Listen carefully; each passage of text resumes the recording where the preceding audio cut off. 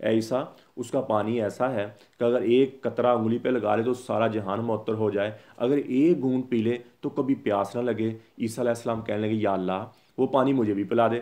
تو اللہ تعالیٰ نے فرمایا اے عیسیٰ وہ پانی سارے نبیوں پر حرام ہے جب تک میرا حبیب نہ پی لے، اور وہ پانی ساری امتوں پر حرام ہے جب تک میرے حبیب کی امت نہ پی لے۔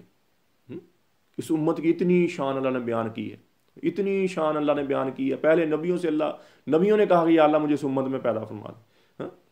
قیامت کا دن ہوگا، قیامت کا دن ہوگا، اللہ کے نبی کہیں گے یا اللہ میری امت کا حساب میرے حوالے کر دے تاکہ ان کو شرم نہ آئے کسی اور سے۔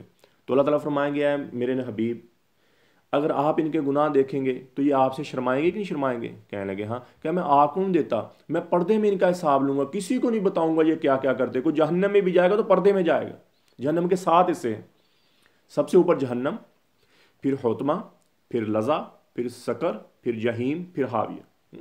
جہنم مسلمانوں کے لیے، حطمہ عیسائیوں کے لیے، لظا یہودیوں کے لیے، سقر آتش پرس یعنی کہ آگ کے پجارے کے لیے، اور جہیم جو ہے یہ مشرکین کے لیے ہے، اور حاویہ منافقین کے لیے۔ منافق وہ ہوتا ہے جو اندر سے کافر ہو، اوپر سے اپنے آپ کو مسلمان کہے۔ اور جب اللہ دوزخ کی آگ کو بھڑکاتا ہے تو حاویہ کا دروازہ کھولتا ہے تو اس میں سے جو کالی آگ نکلتی ہے، جہنم کی آگ بھی اس سے پناہ مانگتی ہے۔ اس میں منافقین ہوں گے، جیسے عبداللہ بن ابی جس نے حضرت عائشہ پر تہمت لگائی۔ تو جب نبی اکرم صلی اللہ تعالیٰ علیہ وآلہ وسلم کو دوزخ میں پھینکا جائے گا تو ان کے چہرے کالے نہیں ہوں گے، ان کے ہاتھوں میں ہتھکڑیاں نہیں ہوں گی، ان کے پاؤں میں بیڑیاں نہیں ہوں گی۔ تو جب گریں گے تو دوزخ کا فرشتہ کہے یا اللہ یہ کون آ گیا، جن کے چہرے سفید، جن کے ہاتھوں میں ہتھکڑیاں نہیں، پاؤں میں بیڑیاں نہیں۔ تو اللہ تعالیٰ فرمایا گیا مالک ان کے ہاتھوں میں ہتھکڑیاں مت ڈالو، ان ہاتھوں نے صدقات دیے ہوئے ہیں، اور اے مالک ان کے پاؤں میں بیڑیاں مت ڈالو، یہ پاؤں کئی دفعہ میری مسجدوں کی طرف اٹھے ہیں، اور اے مالک ان کے چہروں کو مت جلانا، یہ کئی دفعہ یہ ماتھا میرے دربار میں جھکا ہے، اور ان کے دل کو مت جلانا، اس کے اندر ایمان ہے۔ باقی سارے جسم کو آگ لپیٹ لے گی۔ جب آگ قریب آئے گی تو یہ کہیں گے لا الہ الا اللہ، تو آگ پیچھے ہٹ جائے گی، اور جب پھر آگ قریب آئے گی پھر کہیں گے لا الہ الا اللہ، تو آگ پیچھے ہٹ جائے گی، پھر آگ قریب آئے گی پھر کہیں گے لا الہ الا اللہ، تو آگ پیچھے کر جائے گی۔ تو دوزخ کا دروغہ کہے گا پکڑتی کیوں نہیں؟ وہ کہے گی علیہ علی سلطان علی لا الہ الا اللہ، لا الہ الا اللہ پہ میرا زور نہیں چلتا، میں کیسے پکڑوں؟ تو چوتھی دفعہ کہیں گے آپ پکڑو، چوتھی دفعہ جب لا الہ الا اللہ کہنا چاہیں گے آگ قریب آئے گی تو بول نہیں سکیں گے، اللہ زبان بند کر دے گا، اندر ہے بول نہیں سکیں گے۔ تو اللہ تعالیٰ اب فرمائیں گے اسی کلمے کی علاج اگر دنیا میں رکھتے تو تمہیں آج کچھ نہ کہتی، تمہیں دنیا میں میرے کلمے کی عزت کو پارا پارا کیا، تمہیں آج اس کی سزا بھگتنی۔ یہ امت جہنم میں بھی جائے گی تو ان رایتوں کے ساتھ جائے گی۔ تو میرے بھائی اور دوستو، ہم اس امت میں اللہ تعالیٰ نے ہمیں پیدا فرمایا، ہم اپنی قدر کریں میرے بھائی اور دوستو۔ ہاں جی، اللہ نے ہوا جتبا، اللہ فرما میں تجھے چنا ہے اپنے نبی کی امت کے لیے، ایک ایک فرد کو میں نے چن کے اپنے نبی پاک صلی اللہ علیہ وسلم کی امت میں پیدا فرمایا۔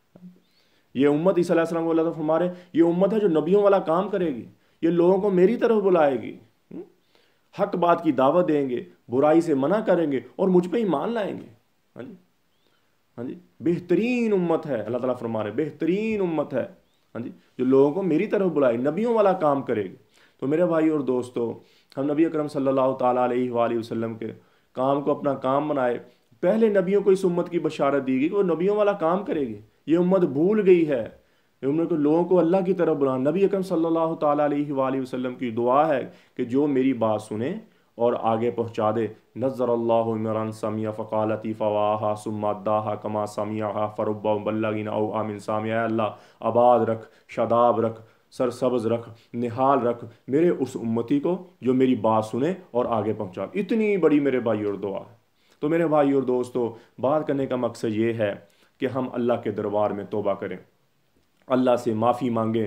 یا اللہ جتنا پچھلے گناہ ہو چکے، یا اللہ جتنی تیری نافرمانی ہوگی، یا اللہ میری توبہ، میں جتنا جھوٹ بولا، جتنا یا اللہ غلط دیکھا، جتنا اس دماغ نے غلط سنا، یا اللہ جتنا اس کانوں نے غلط سنا، یا اللہ جتنا اس زبان غلط بکی ہے، اس زبان نے کسی کی غیبت کی ہے، کسی کو برا بنایا ہے، یا اللہ میری توبہ۔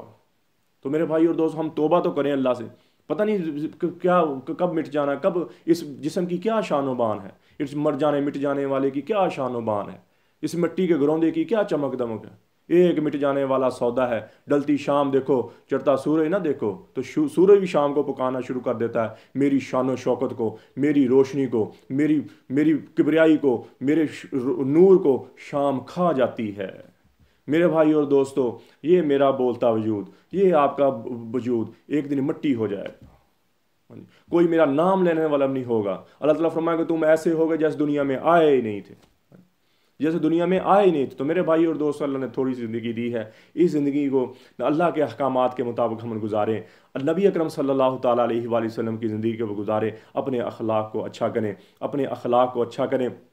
بہترین مسلمان ہے جس کے اخلاق اچھے ہیں، بہترین مسلمان ہے جس کے اخلاق، نبی پاک صلی اللہ علیہ وسلم جو تجھ سے توڑے اس سے جوڑو، جو تجھے نہ دے تو اس کا حق ادا کر، ہاں جی، جو تجھے اپنی عطایا سے محروم رکھ تو اسے دے، ہاں جی۔ بہترین مسلمان ہو جس کے اخلاق، بہترین مسلمان ہے جو اپنے والدین سے اچھا ہے، ہاں جی، بہترین مسلمان ہے جو اپنے بیوی بچوں سے اچھا ہے، ہاں جی۔ تو میرے بھائی اور دوستو، یہ اخلاق ہم سیکھیں اور آگے بھی پہنچائیں۔ اور ایک سیکھنے کی دعوت تبلیغ کا کام جو ہے، یہ ایک سیکھنے کی محنت ہے، یہ کوئی جماعت نہیں ہے، یہ کوئی فرقہ نہیں ہے، یہ ایک سیکھنے کی ہم نے اسلام نہیں سیکھا، نہ گھروں میں سکھایا، نہ اسکولوں میں سیکھا، تو یہ ایک سیکھنے کی محنت ہے، ہاں جی۔